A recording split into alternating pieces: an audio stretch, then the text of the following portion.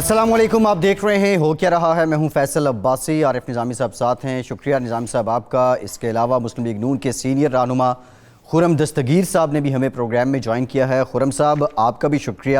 آج کی انتہائی اہم ڈیولپمنٹ مسلم لیگ نون کے قائد نواز شریف، ان کی صاحبزادی مریم نواز اور مسلم لیگ نون کے 2 درجن کے قریب جو رہنما ہیں ان کے خلاف ایک بغاوت کا مقدمہ درج کیا گیا ہے جس میں 10 سے زائد دفعات شامل ہیں۔ اس سے متعلق بھی پروگرام میں گفتگو کریں گے۔ شہباز شریف صاحب نے عدالت پیشی کے موقع پر بڑے شکوے کیے ہیں۔ یہ کہا ہے کہ نماز والی کرسی کا رخ موڑ دیا جاتا ہے، کھانا زمین پہ دیا جاتا رہا، اور اس موقع پہ عدالت نے یقین دہانی کرائی کہ عدالتی تحویل میں آپ کے ساتھ غیر انسانی سلوک نہیں ہونے دیا جائے گا۔ Most important, P D M نے اپنا شیڈیول جاری کر دیا ہے، اور جو 11 اکتوبر تھا جلسہ تھا اس کو ری شیڈیول کر کے 16 اکتوبر کو گجرانوالہ میں، 18 اکتوبر کراچی، 25 اکتوبر جو ہے وہ پشاور، اینڈ دین سوان یہ سلسلہ چلتا رہے گا۔ 30 نومبر تک ملتان میں نظامی صاحب یہ جلسے ہوں گے۔ بالآخر پی ڈی ایم 16 اکتوبر دین 18 اکتوبر نظامی صاحب وہ پریشر جو یہ بلڈ کرنا چاہ رہے ہیں اپوزیشن والے، ہو جائے گا؟ دیکھیں نا، کئی اس میں چیزیں ہو سکتی ہیں۔ ایک تو بڑے میسو پیمانے پر مجھے نظر آ رہا ہے گرفتاریاں ہوں گی جی، کیونکہ اگر ان کا ایک جلسہ بھی کامیاب ہو گیا اپوزیشن کا تو اپوزیشن کی یہ چیز جو ہے برداشت نہیں ہوگی حکومتی زوما سے۔ یہ جتنے جو فصلی بٹیرے یہ باہر نکل آئیں گے جی، تو اس لیے اگر تو لیول پلینگ فیلڈ پہ جلسہ ہو تو یہ سارے جلسے کامیاب ہوں گے۔ اس کی وجہ یہ ہے کہ حکومت نے کیا کیا ہے جی، سوائے نااہلی کے، مہنگائی، بے روزگاری، لا اینڈ آرڈر کی سچویشن خراب۔ اب لاہور کے اندر کیپٹل آف پنجاب جی، بڑا ریپ کیس ہوا ہے، اس کا جو مرکزی ملزم ہے اب تک گرفتار نہیں ہو سکتا جی۔ تو اس صورتحال میں لوگ آئیں گے ضرور، اور کوئی یہ نہیں کہ خالی حامی ہوں اپوزیشن کے، سننے آئیں گے، دیکھیں گے، نیوٹرل لوگ بھی آئیں گے آپ کہہ رہے ہیں؟ ہاں بالکل۔ جی، نظام صاحب خرم صاحب سے جان لیتے ہیں۔ جی خرم صاحب السلام علیکم، کیسے مزاج ہیں؟ وعلیکم السلام۔ یہ الحمدللہ بڑا ہلا گلا ہونے والا ہے آئندہ چند ہفتوں میں، تو آپ کی کیا پیشن گوئی ہے کہ حکومت یہ برداشت کر لے گی سارا کچھ؟ جی نہیں، یہ حکومت ہتھ کنڈوں پر اتر آئی ہے نا جی، کہ یہ جو بغاوت کے مقدمے ہیں یہ پاکستان میں آج تک کامیاب نہیں ہوئے۔ یہ صرف عوام کی آواز کو دبانے کے لیے استعمال ہوتے ہیں، جو رہنما ہیں سیاسی اور جمہوری ان کو جیلوں میں ڈالنے کے لیے استعمال ہوتے ہیں، لیکن آج تک جو ہے جن کو جیلوں میں ڈالا گیا وہ آج ہیرو ہیں، اور جو ان کو جیلوں میں ڈالنے والے تھے ان کو آج قوم آمروں کے نام سے یاد کرتی ہے، ظلم ستارے کے طور پر یاد کرتی ہے۔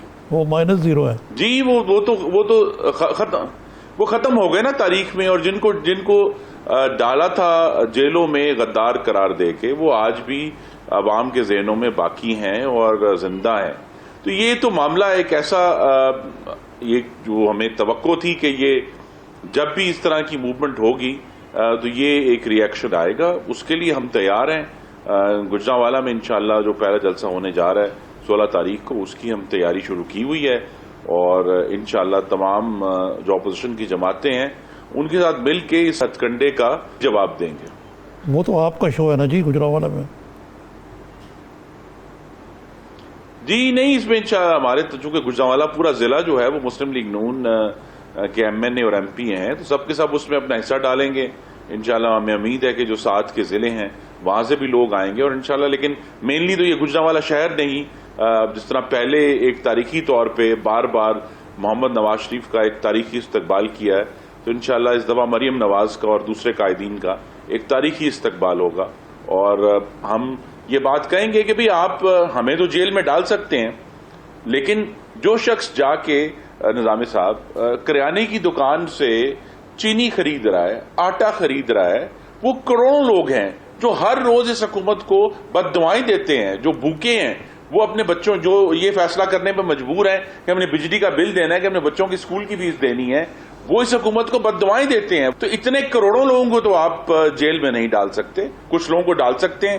اور یہ اس طرح کے جو ہتھ کنڈے ہیں, آپ نے تو مجھ سے بہت زیادہ طویل تجربہ ہے آپ کا, آپ نے یہ دیکھا ہے کہ یہ کبھی کامیاب نہیں ہوئے. تو یہ FIR جو ہیں, اور ویسے بھی ہم نے دیکھا ہے کہ یہ جو اس قسم کی موومنٹ ہوتی ہے حکومت سے, یہ بغیر سوچے سمجھے اور بغیر اس پہ دیکھے ہوئے کہ بھئی آپ نے کیا قانون میں آپ نے کسی کے اوپر یہ FIR آپ نے کرانی بھی ہے, تو یہ تو ریاست کا کام ہے نا. یہ کوئی ریاست کا محب وطن شہری کام نہیں کر سکتا, ریاست نے اس کے اوپر اپنی رائے دینی ہے. لیکن ظاہر ہے چونکہ لوگوں کو اندر ڈالنا مقصود ہے, ان قریب ہم جو ہے وہ 16 MPO کی آوازیں بھی آنا شروع ہو جائیں گی کہ نقص امن کا خطرہ ہے.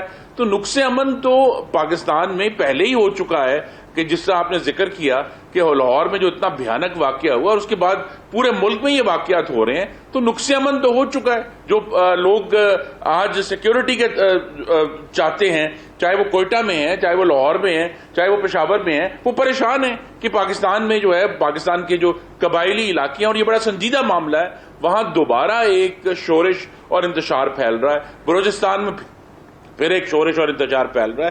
اور یہاں جو ہے حکومت ہمیں جس طرح کشمیر کے معاملے میں مفلوج اور مفرور تھی, جس طرح گلگت بلتستان کے معاملے میں مفلوج اور مفرور تھی, وہ یہاں بھی ہمیں مفلوج اور مفرور نظر آتی ہے.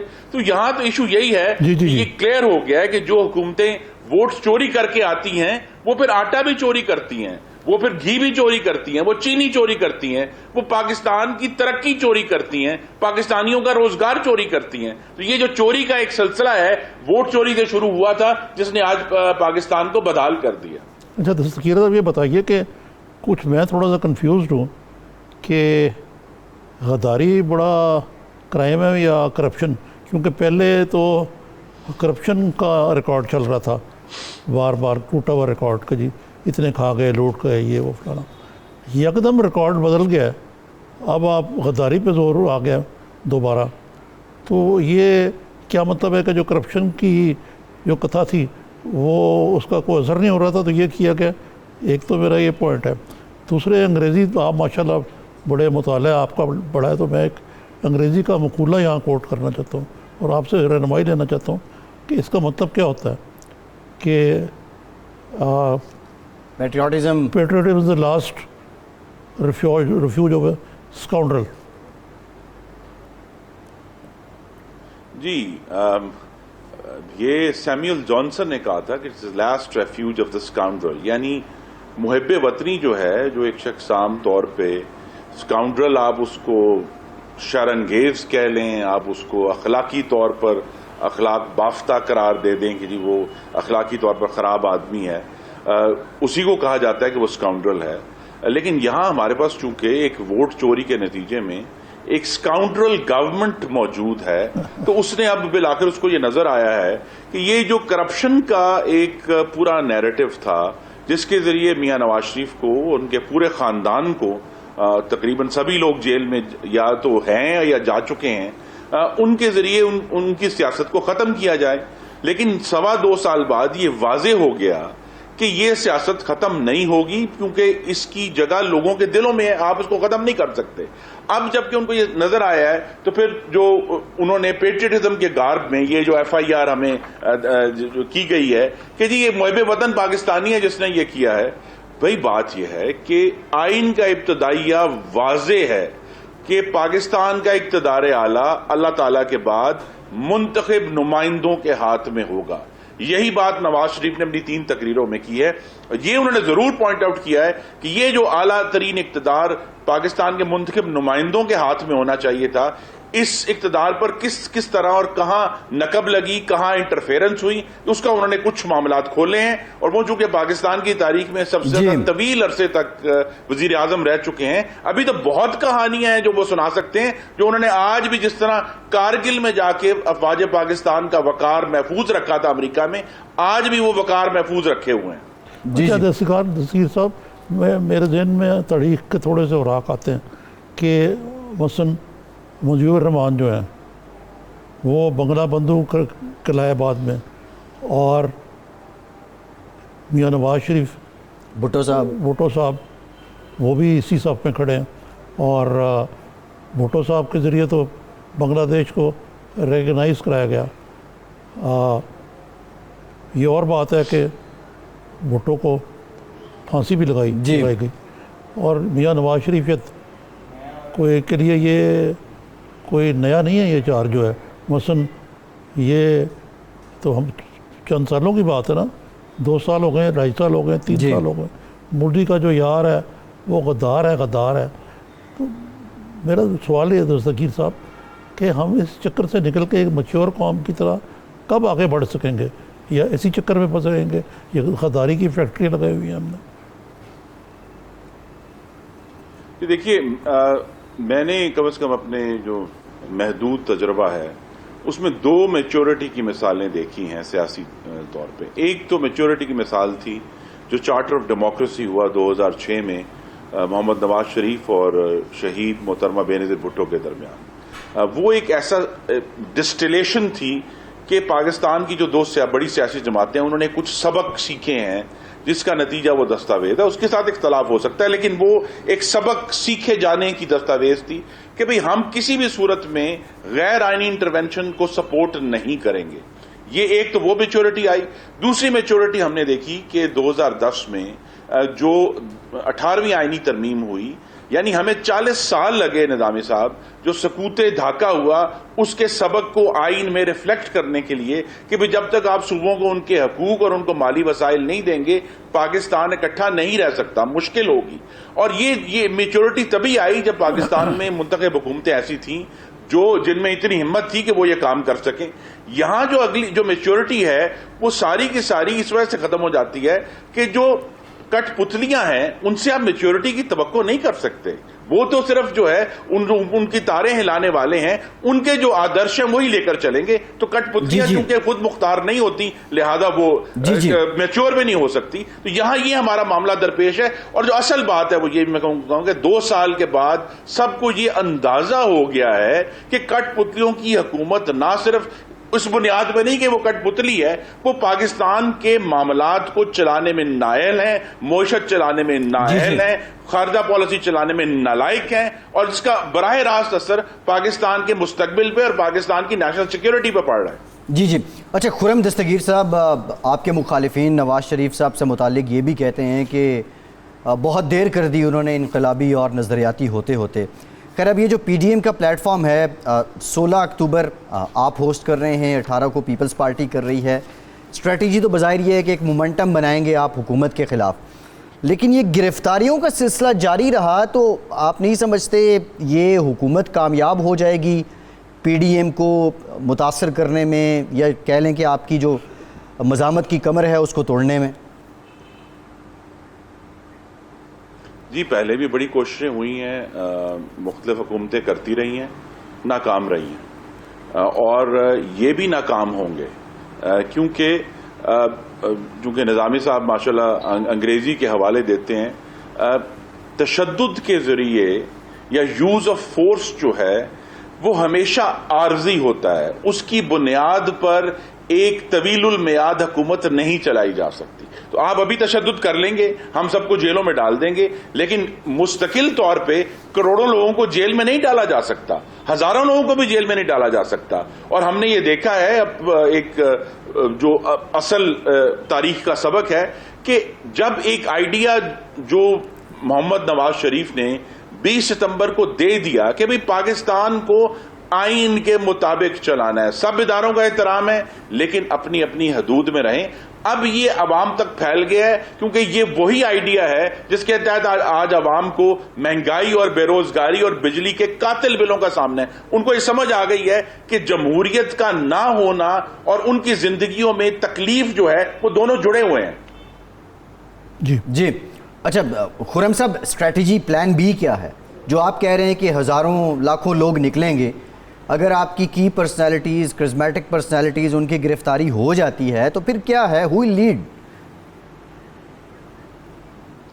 جی یہ تو خیر اس دفعہ چونکہ انہوں نے پوری ہی سینٹرل ایگزیکٹو کمیٹی کے اوپر یہ بغاوت کا الزام لگا دیا ہے، لیکن ہماری کوشش ہے اور ہمارے پاس اس قسم کی لوکل سطح پہ ایسی قیادت موجود ہے کہ اگر قائدین نہ بھی ہوں تو انشاءاللہ یہ جلسے شیڈول کے مطابق ہوں گے، اور اگر جلسہ نہیں ہو سکتا تو لوگ سڑکوں پر آئیں گے اور اپنا احتجاج ریکارڈ کرائیں گے. اور یہ جو انتشار ہے یہ حکومت برداشت نہیں کر سکتی. یہ وہ عمران خان ہے جو ویسے تو دھمکیاں دیتے تھے آج میں یہ شہر بند کر دوں گا, میں لاہور بند کر دوں گا, جو بل جلاتے تھے, جو لوگوں کو کہتے تھے کہ آپ بینکوں کے ذریعے نہیں ہنڈی کے ذریعے ڈالر بھیجیں, جو یہ کہتے تھے کہ جی یہ کہتے کیا تھی, انہوں نے پارلیمان کا جنگلہ توڑا, انہوں نے پی ٹی وی پر ڈنڈوں سے قبضہ کیا, انہوں نے اسلام آباد پولیس کے اہلکاروں کو جو ہے زد و کوب کیا, انہوں نے بزور طاقت جو ہے اپنے جو ان کے کارکن تھے ان کو پولیس اسٹیشن سے باہر نکالا. ہم یہ کام نہیں کریں گے, پرامن رہیں گے. لیکن اب ایک ایسا معاملہ ہمارے سامنے درپیش ہے جو محمد نواز شریف کا اور پی ڈی ایم کا مشترکہ مشن ہے کہ پاکستان کو انشاءاللہ آئین کے مطابق چلانا ہے. اور اس پوری جدوجہد کا جو رزلٹ ہے وہ یہ ہوگا کہ ہم ایک ایسے انتخابات کی طرف جا رہے ہیں جو کہ انشاءاللہ صاف, شفاف اور مداخلت سے پاک ہوں گے. خرم صاحب, یہ آج ایک ٹویٹ پڑھ کے مجھے انتہائی افسوس ہوا. آپ مجھے خود بتائیں کہ یہ شہزاد اکبر صاحب جو ہیں, یہ لیول آف ڈیبیٹ جو ہے وہ اتنا نیچے لے ہیں. اگر میں ہوتا وزیر اعظم کی نظامی صاحب, لیول آف ڈیبیٹ جو ہے میں بڑے ادب سے عرض کروں گا, مجھے دیکھنے میں تو موضوع بات گڑے میں جب سے کنٹینر پر چڑھے تھے عمران خان تب سے گرا ہوا ہے, اتنا گرا ہوا ہے کہ یار آپ تو وہ تو لیول آف ڈیبیٹ تو نیچے گر چکا ہے. اپوزیشن جو ہے اس کے بارے میں ایک انتہائی معیوب اور اخلاق سے گری ہوئی باتیں کر رہے ہیں. سر لیکن اخلاق سے گری باتیں تو یہ عمران خان صاحب کنٹینر سے شروع ہوئے ہوئے ہیں, اب اس کو 6 سال ہو گئے ہیں. لیکن اس سے زیادہ اہم جو آپ کے ناظرین کی جاننا ضروری ہے کہ یہ جو ایف آئی آر درج کی گئی بغاوت میں, اس میں آزاد جموں کشمیر کے منتخب وزیر اعظم کا نام بھی ہے. یہ کون لوگ ہیں جو یہ ایف آئی آر, کیا ان کو سمجھ نہیں ہے کہ جو واقعی بالآخر حکومت نے ہندوستان کو وہ مٹیریل پرووائڈ کر دیا ہے جو کہ وہ پوری دنیا میں لے کر جائیں گے اور یہ کہیں گے کہ جناب یہ دیکھیں یہ اس قسم کے وزیر اعظم ہیں جن کے اوپر ان کی حکومتیں بغاوت کا مقدمہ درج کرتی ہیں. کیا یہ جو درج کرانے والے تھے ان کو یہ کچھ سمجھ نہیں تھی کہ اس کا مسئلہ کشمیر پر کتنا بھیانک اثر پڑے گا, اور جب آپ سفارت کاری کے لیے دنیا میں مختلف فورم پر جائیں گے تو اس کا کیا نتیجہ نکلے گا. لیکن نہیں, مقصد یہ ہے کہ کچلنا ہے, دبانا ہے, لیکن اب یہ کچلا اور دبایا نہیں جا سکتا. لیکن جی اب تو غداری کی فیکٹریاں جو ہیں 3 شفٹیں چل رہی ہیں 24 گھنٹے. اب آپ اندازہ کریں خود ہی کہ جو آزاد کشمیر کے وزیر اعظم ہیں بلحاظ عہدہ کیا ہم کشمیر کوز کو سیاست کی نظر کر کے, متقبلہ ذہنیت کی نظر کر کے ہم اس حد تک گر گئے ہوئے کہ کہیں کہ جی وہ تو خود غدار ہیں. اگر واقعی ایک غدار کے ہاتھ میں ہے پاکستان کا ایک صوبہ یا پاکستان کا حصہ کشمیر, تو ایک طرف ہم مودی کو کہتے ہیں کہ جی یہ آپ نے قبضہ غاصبانہ کیے ہوئے, جو اپنے کشمیر کا وزیر اعظم ہے اس کو بالکل ذلیل و رسوا کر کے رکھ دیتے ہیں. سر یہ تو جو آج شاہد خان عباسی صاحب نے اپنی پریس کانفرنس میں وہ گنوا دیا کہ جی 2 وزیر اعظم ہیں اور 2 وزیر دفاع ہیں, ایک لمبی لسٹ انہوں نے گنا دی, صاحب کا اسپیکر. لیکن آپ اس پر غور کریں گے یہ جو بغاوت کا مقدمہ انہوں نے کیا ہے اس میں 4 صوبوں کے لوگ ہیں, اس میں افواج پاکستان کے ریٹائرڈ افسر لیفٹیننٹ جنرل رینک کے ریٹائرڈ لوگ ہیں. جب آپ 4 صوبوں میں اس طرح کا انتشار بیان پھیلائیں گے تو یہ کیا اس کا ہاں جی عبدالقادر بلوچ بھی ہیں, تو جب اس طرح کے جب آپ اس قسم کا انتشار پھیلائیں گے تو پھر معاملات پھر ایک صوبے تک محدود نہیں رہیں گے.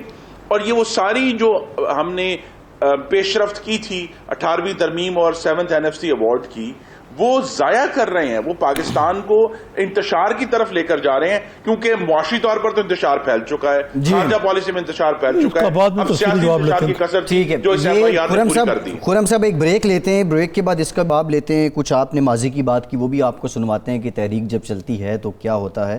دوسرا محمد زبیر صاحب کو نواز شریف اور مریم نواز کا ترجمان لگا دیا گیا ہے, اس کی نوبت کیوں آئی؟ بریک کے بعد یہ بھی جانتے ہیں, ہمارے ساتھ رہیے.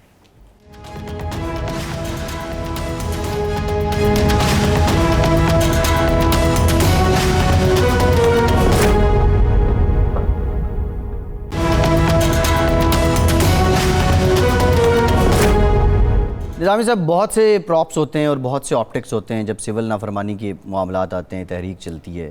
یہ بھی عمران خان صاحب کی جانب سے ایک پراپ تھا کہ لوگوں کو ساتھ جوڑے رکھنا ہے کیونکہ آپ کو کچھ نہ کچھ نیا تو دینا ہوتا ہے.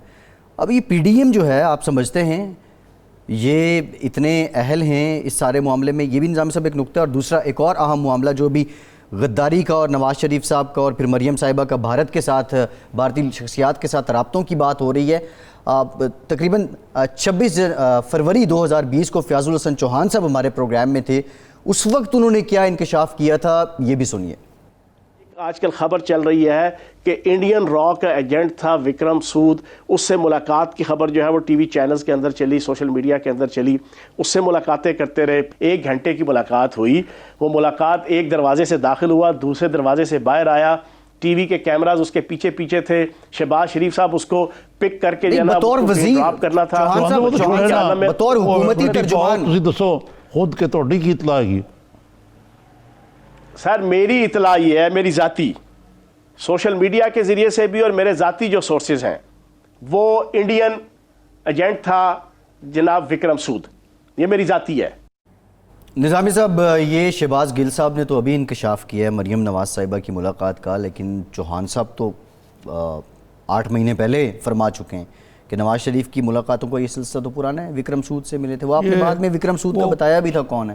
کون تھا مجھے تو خود یاد. وہ آئی تھنک پی آئی اے کو کوئی ملازم تھا جو ان کا بڑا قریبی رہا ہے، جس کی ایک تصویر سوشل میڈیا پہ بڑی وائرل ہوئی تھی اور چوہان صاحب میرے خیال غالباً اس کو وکرم سود سمجھ بیٹھے تھے.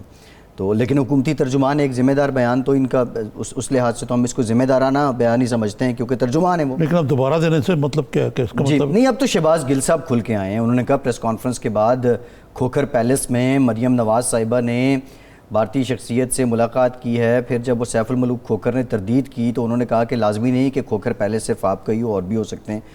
تو یہ جو سلسلہ ہے پھر آپ اس کو ریلیٹ کریں جو غداری کے جو مقدمات ہیں اس کو لے کے پھر نظامی صاحب آپ دیکھیں کہ یہ اپوزیشن کی تحریک، ہم کوشش کریں کہ چوہان صاحب کو بھی ساتھ لیں.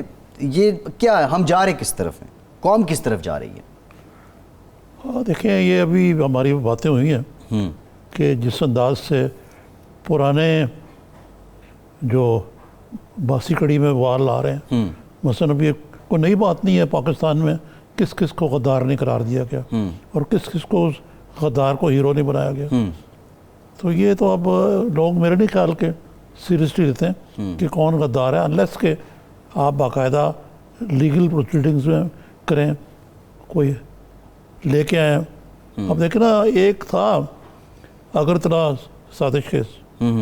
اچھا نظامی صاحب چوہان صاحب نے بھی ہمیں جوائن کر لیا، ان سے بھی جان سکتے ہیں. جی چوہان صاحب السلام علیکم. وعلیکم السلام نظامی صاحب، کیا حال چال ہے؟ بس یہ بتائیے کہ یہ کیا قصہ ہے وکرم سود کا؟